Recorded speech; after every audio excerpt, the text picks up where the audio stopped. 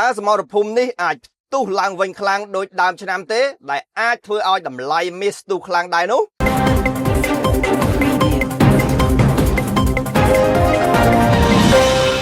សូមគោរពជំរាបសួរអស់លោកស្រីទាំងអស់គ្នាថ្ងៃនេះដើមសប្តាហ៍ជួបជាមួយខ្ញុំធីរ៉ូមនឹងធ្វើបទវិភាគជូនអស់លោកស្រីនៅទិសដៅនៃតម្លៃមាសក្រោយមានព័ត៌មានសំខាន់ទើបនឹងចេញបាទជាពិសេសតាក់ទងនឹងភ្លើងសង្គ្រាមរវាងសង្គ្រាមពាណិជ្ជកម្មអាមេរិកនិងចិនដែលកំពុងឡើងកម្ដៅនេះបាទតម្លៃមាសនៅដើមសប្តាហ៍នេះបានកំពុងជួញដូរលើតម្លៃប្រវត្តិសាស្ត្រចាស់$4060ក្នុងមួយអោនឬលើ$4891ក្នុងមួយតម្លឹងបន្ទាប់ពីបានធ្លាក់ចុះជាង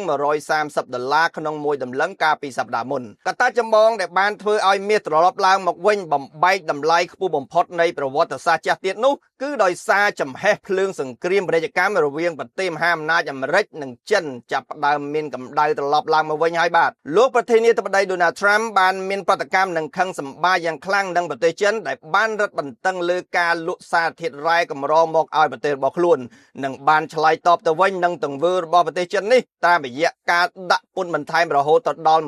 100% ដែលនឹងចាប់ផ្ដើមអនុវត្តនៅថ្ងៃទី1ខែវិច្ឆិកាខាងមុខនេះបើតាមការបង្ហោះចេញផ្សាយរបស់លោក Donald Trump តាមបណ្ដាញ Truth Social តើសមរភូមិនេះអាចផ្ទុះឡើងវិញខ្លាំងដូចដើមឆ្នាំទេដែលអាចធ្វើឲ្យតម្លៃមាសស្ទុះខ្លាំងដែរនោះបើយើងក៏លេខទៅមើលព័ត៌មានលម្អិតនៃការរឹតបន្តឹងរ៉ែកម្ររបស់ប្រទេសចិនគឺមិនបានបិទការនាំចេញឬដំឡើងពន្ធទៅលើបញ្ហានេះទេបាទគឺគ្រាន់តែដាក់សារធាតុរ៉ែកម្រ5ប្រភេទទៀតក្នុងបញ្ជីគ្រប់គ្រងច្បាស់ជាងមុននិងតម្រូវឲ្យក្រុមហ៊ុនបរទេសទាំងអស់ស្នើយកអាជ្ញាប័ណ្ណទៅតាមលក្ខខណ្ឌរបស់អាជ្ញាធរចិនតែប៉ុណ្ណោះហើយចិនសន្យាថានឹងផ្ដល់អាជ្ញាប័ណ្ណជូនដល់ក្រុមហ៊ុនទាំងនោះម្យ៉ាងវិញទៀតមកដល់ម៉ោងនេះចិនក៏មិនទាន់បានតបតដាក់ពន្ធបន្ថែមទៅលើអាមេរិកវិញដែរទេនេះបើយោងតាមសារព័ត៌មាន Reuters ដូចនេះសម្រាប់ស្ថានភាពបច្ចុប្បន្ននៃបញ្ហានេះនៅមិនទាន់មានសញ្ញាខ្លាំងឬច្បាស់លាស់ដែលអាចធ្វើឲ្យសង្គ្រាមពាណិជ្ជកម្មរវាងប្រទេសមហាអំណាចសេដ្ឋកិច្ចទាំងពីរនេះផ្ទុះឡើងដោយកាលពីដើមឆ្នាំនៅឡើយទេបាទតើទិសដៅនៃតម្លៃមាសក្នុងស្ថានភាពបច្ចុប្បន្ននឹងប្រែប្រួលយ៉ាងណាដោយព័ត៌មានម្ខាងតាក់ទងនឹងការធូរស្រាលភាពតានតឹងនៅមជ្ឈមបូព៌ាដែលធ្វើឲ្យតម្លៃមាសចុះនិងព័ត៌មានម្ខាងទៀតនៃភាពតានតឹងវិវាទពាណិជ្ជកម្មធ្វើឲ្យតម្លៃមាសឡើង